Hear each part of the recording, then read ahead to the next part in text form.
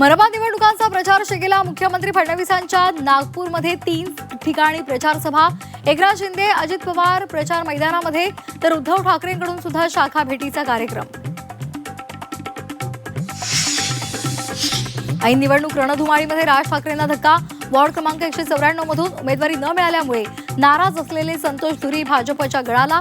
काल रात्री फडणवीसांना भेटले, आज भाजपमध्ये प्रवेश करणार.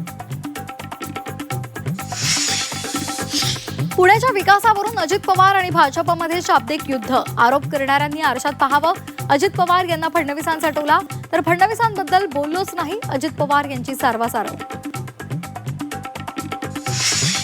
लातूरमधून विलासराव देशमुखांच्या आठवणी 100% पुसल्या जातील. भाजप प्रदेशाध्यक्ष रवींद्र चव्हाण यांच्या वक्तव्यामुळे नव्या वादाची शक्यता. काँग्रेसचा भाजपवर पलटवार.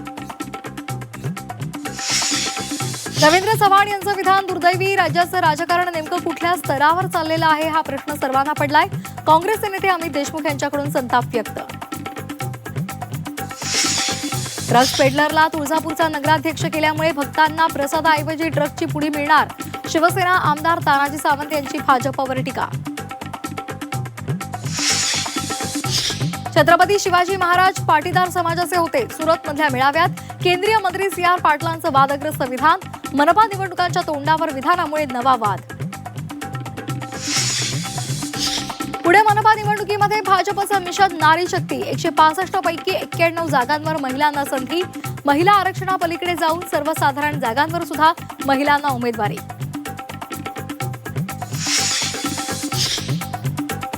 जालन्यामध्ये उमेदवारीवरून काँग्रेसमध्ये बंडाळी. उमेदवारी न मिळाल्यामुळे वाजेद खान अपक्ष मैदानात. जीवे मारण्याची धमकी दिल्याची माहिती. रशीद पैलवान यांच्यावर गंभीर आरोप. पालघरमध्ये मेडिकलच्या विद्यार्थिनीची रॅगिंग. विद्यार्थिनीला नमाज पठण करायला लावल्याचा बजरंग दलचा आरोप. बाळा पोलीस ठाण्यामध्ये गुन्हा दाखल.